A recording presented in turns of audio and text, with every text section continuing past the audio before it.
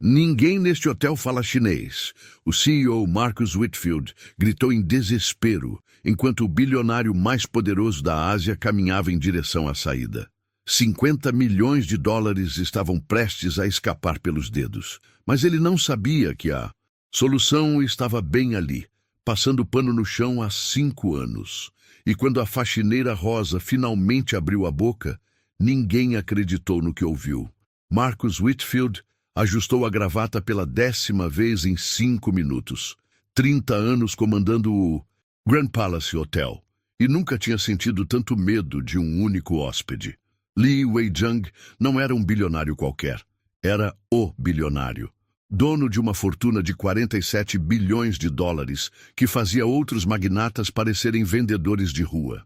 Aos 58 anos, era conhecido por 3 coisas: genialidade nos negócios, impaciência com incompetência e lealdade absoluta a quem ganhava seu respeito. E estava ali, na porta do Grand Palace, acompanhado de uma comitiva de 12 pessoas, todos trajando ternos, pretos caríssimos falando apenas mandarim. Senhor Whitfield, sussurrou Amanda, a recepcionista, com o rosto pálido e as mãos tremendo. Ele está perguntando sobre a suíte presidencial, exigindo detalhes sobre segurança, capacidade de internet e... Não conseguimos entender metade do que ele quer saber.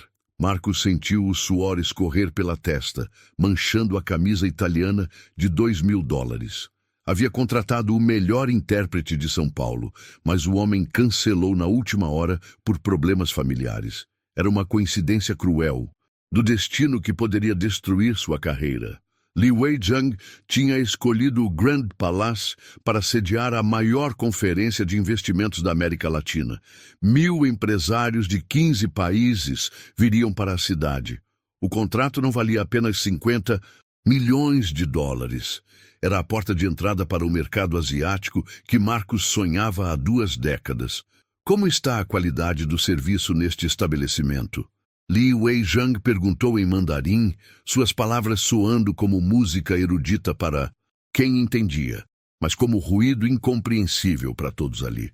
Amanda engoliu seco, suas mãos suavam tanto que mal conseguia segurar a caneta. Marcos forçou um sorriso amarelo e fez gestos elaborados com as mãos, tentando parecer receptivo e competente. A situação estava se tornando constrangedora rapidamente. Do outro lado do saguão de mármore dourado, Rosa Silva passava o pano nas mesas de centro, observando toda a confusão com uma mistura de pena e frustração.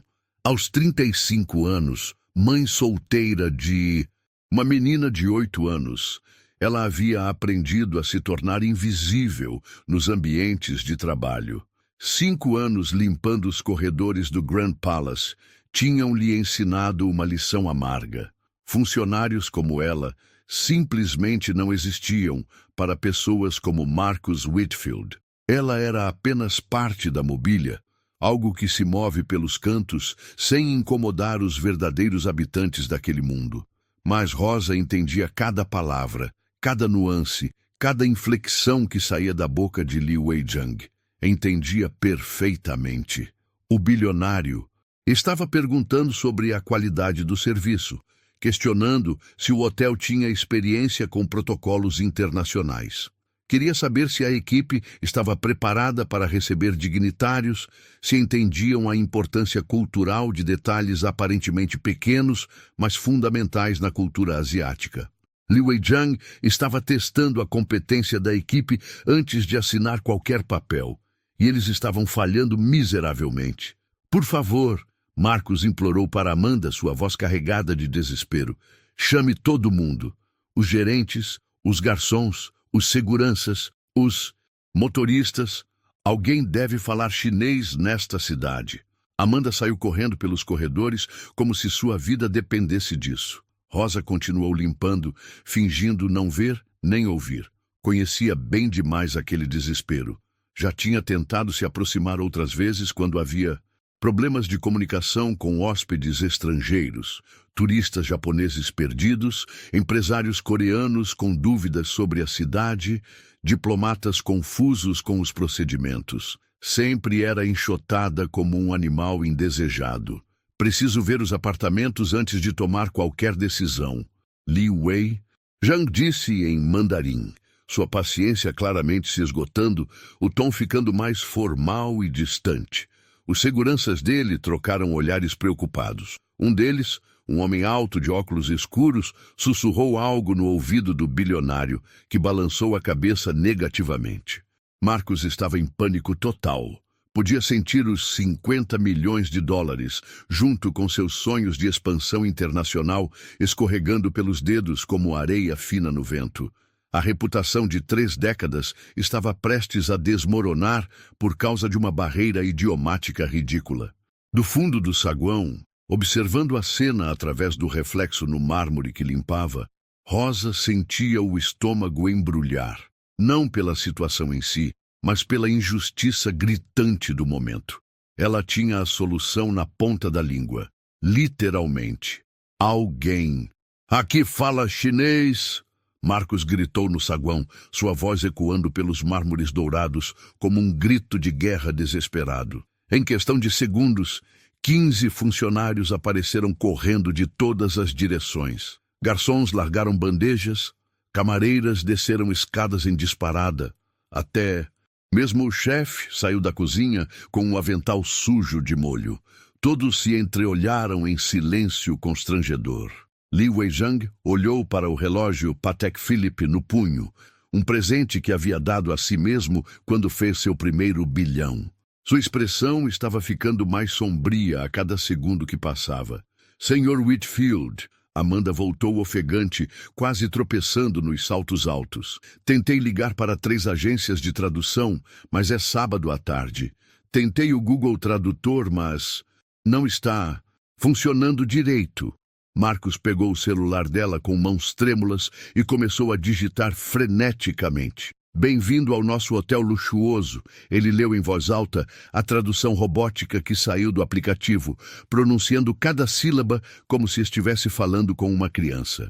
Li Weizhang franziu a testa profundamente. Mesmo sem entender completamente, percebia que a tradução soava estranha, infantil e desrespeitosa. Era como se estivessem zombando dele. Os seguranças do bilionário se aproximaram dele em formação defensiva, claramente sugerindo que partissem imediatamente. Seus rostos estavam sérios, as mãos prontas para escoltar seu chefe para longe daquela situação humilhante. Não, esperem mais um pouco.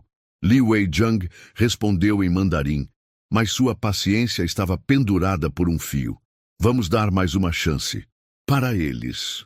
Rosa, que limpava uma mesa de centro próxima, sabia exatamente o que ele havia dito. O homem ainda estava sendo generoso, dando uma última oportunidade para o hotel. Mas ela podia perceber pela linguagem corporal dele que não seria por muito tempo. Talvez ele entenda inglês? Sugeriu o gerente de eventos, chegando apressado e ajeitando a gravata torta. Muitos empresários asiáticos falam inglês. Hello, welcome to our beautiful hotel. Marcos gritou em inglês como se fosse surdo, fazendo gestos teatrais e exagerados com as mãos, apontando para as colunas de mármore e os lustres de cristal. Li Weizhang o olhou como se estivesse vendo um palhaço patético se apresentando em um circo de 5ª categoria. A situação estava se tornando grotesca e viral.